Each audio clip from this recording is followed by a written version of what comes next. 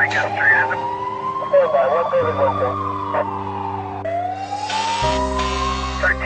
1 Essential. East Baltimore is the poorest, most violent area of Baltimore. Gunshot wounds there. All the gang activity, and the illegal drug trade, poverty and violence. Kids' lives are so negative that the closer we got to the situation, the more stark the need was. When we tried to go out and have a community service day, the red tape that we had to cut through was ridiculous. To get into the public schools, to be in a position to help. We really felt it was important to change the lives of the kids in Baltimore, to make a difference.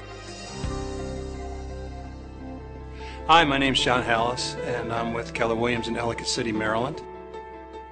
I'm the coordinator for Red Day Maryland that has helped East Baltimore for the last 3 years. We actually have a connection with Open Door Baltimore, which was a small non-for-profit that was helping families down in the poorest, most violent area of Baltimore. The first Red Day, they had a need for us to actually move their headquarters from one location to another. And then William Packett Elementary School needed some help with their library and a couple of other projects. The second Red Day, we said we really want to focus on the school. There were a lot of skeptical folks in the community because a lot of people had made promises and nobody had delivered. Well, the second year we came back, they really started scratching their heads.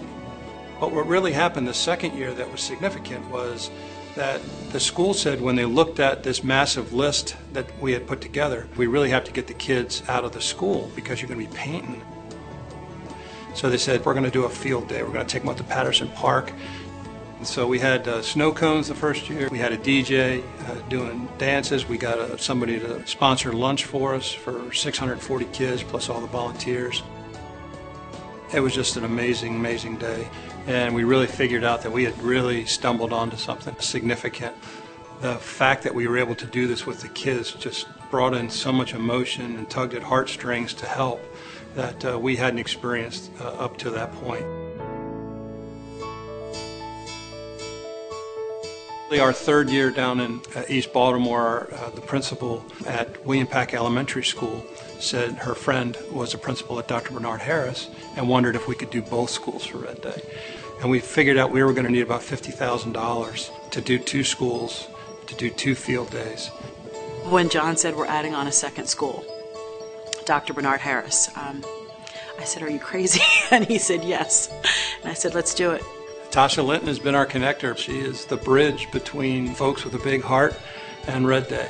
You know, we went to supermarkets and Target and Walmart, the big lenders, title companies, just anyone.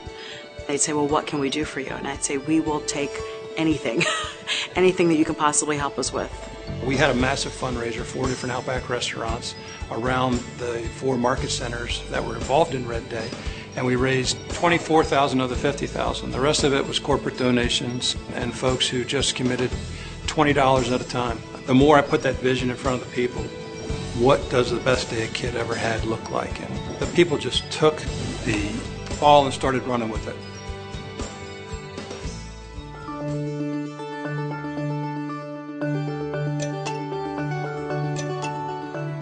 The day starts early. Our volunteers are there before sunrise, getting it ready for the best day a kid could ever have. The city of Baltimore, they gave us a police presence at the event.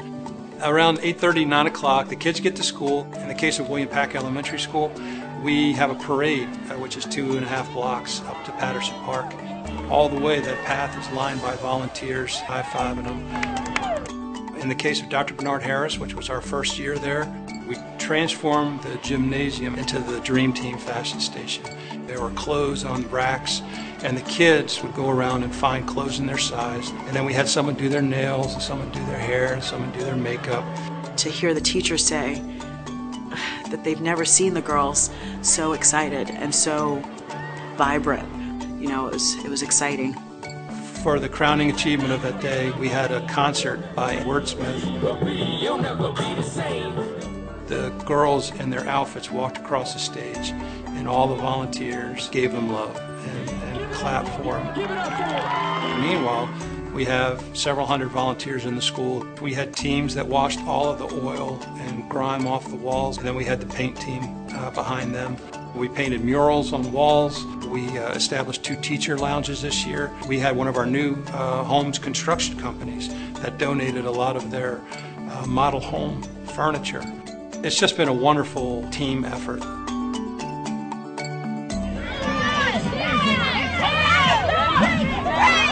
For one day to make a difference in a child's life, that's worth the planning for 9 months, 10 months that we put into it.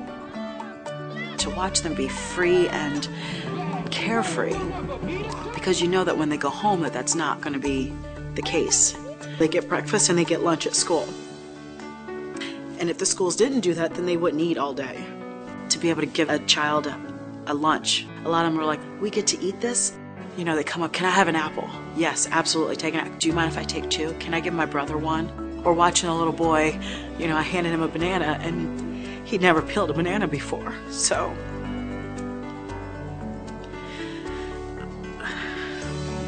there are people who say, why do we keep going back to the same schools? And we say, because our work's not done yet. I think that's what Keller Williams is emboldening me and our fellow Keller Williams agents to do, is to commit to a higher level of doing business, and doing business that blesses other people. I really do appreciate the time that you've taken, the sacrifices that you've made, the donations that you've given in order to make things a little bit brighter for the boys and girls here. To the other market centers that are out there, I would just say start small, and if it's relevant, if it's authentic, we don't have to worry about, you know, driving it bigger. it could be working with the elderly, it could be feeding the homeless. You know, pick something that's near and dear to your heart and then just focus on it and make it happen and change lives. I would love to see this model be made available to other major cities to partner with a nonprofit that's on the ground, similarly passionate. My goal is, how can we make it more than a day? How can we create the next generation of Red Day volunteers who are giving back to the community? Even if Red Day is no longer coming to East Baltimore one day, that there are things going on that Red Day spawned, that Red Day birthed an attitude, a generosity. That would be incredible. And that's really our goal and our vision.